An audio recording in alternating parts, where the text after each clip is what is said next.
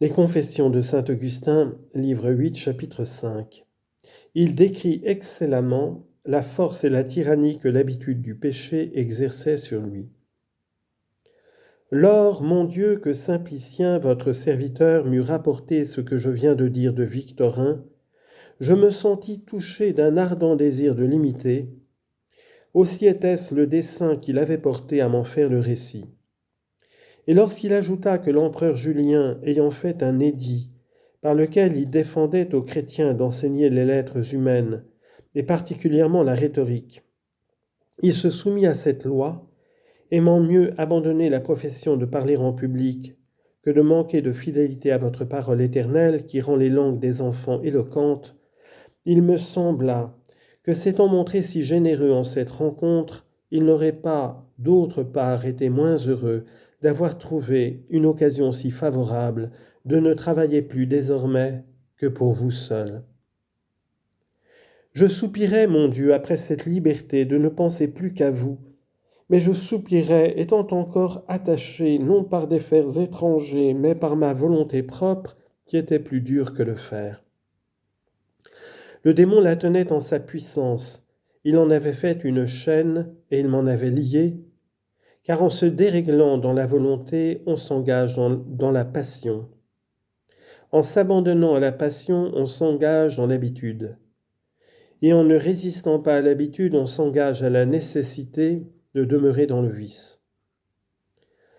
Ainsi, cette suite de corruption et de désordre, comme autant d'anneaux enlacés les uns dans les autres, formait cette chaîne avec laquelle mon ennemi me tenait captif dans une cruelle servitude.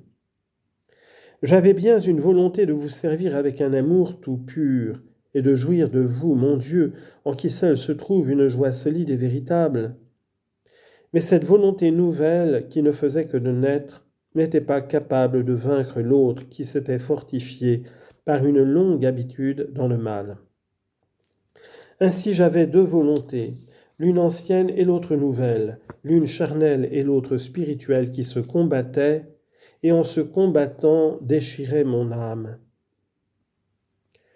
De cette sorte, je comprenais par ma propre expérience ce que j'avais lu, que la chair a des désirs contraires à ceux de l'esprit et l'esprit à ceux de la chair. Galates 5, 17. C'était moi-même qui formais en moi-même en même temps ces deux désirs. Et néanmoins, c'était plus moi qui me portais au bien que je commençais d'aimer que ce n'était moi-même qui me portais au mal que je haïssais. Car il semblait que j'eusse moins de part dans ces désordres, puisque je les souffrais plutôt malgré moi que je ne m'y portais volontairement.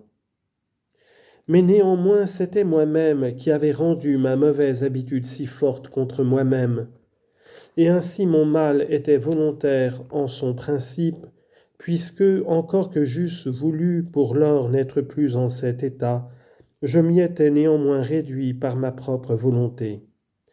Ainsi j'étais véritablement coupable et je méritais très justement d'être puni. Je n'avais plus alors l'excuse qui me faisait croire auparavant que l'incertitude où j'étais de la connaissance de la vérité était ce qui m'empêchait de renoncer à tous les intérêts du monde pour ne plus penser qu'à vous servir. Car quoique j'en eusse alors une connaissance très assurée, néanmoins, étant encore esclave de mes passions, j'appréhendais de me donner tout entier à votre service, et je craignais autant de me voir dégagé de tous ces empêchements comme on doit craindre d'y être engagé. Ainsi, comme il arrive dans les songes, je sentais que le fardeau du monde m'accablait agréablement. Et les pensées que j'avais pour vous, mon Dieu, étaient semblables aux efforts de ceux qui, désirant de s'éveiller, sont surmontés par le sommeil et retombent dans leur assoupissement.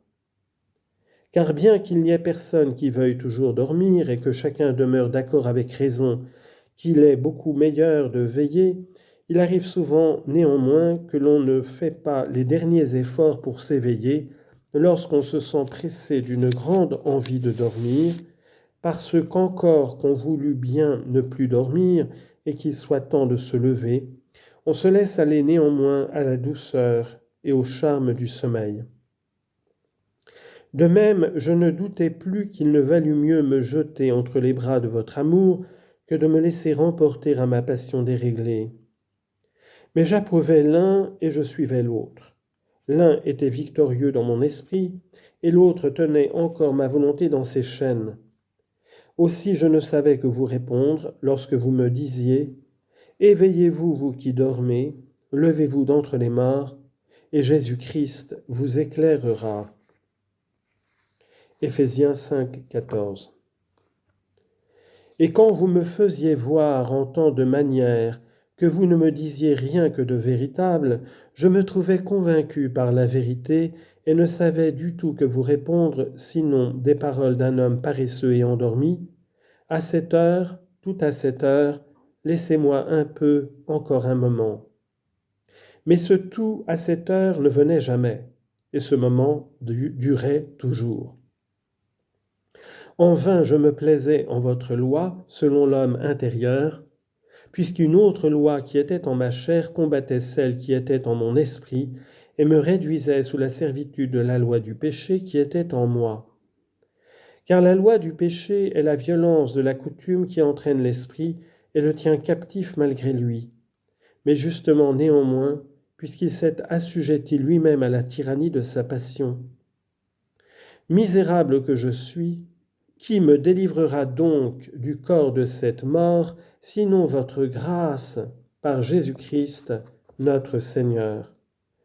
Romains chapitre 7, versets 22 à 25.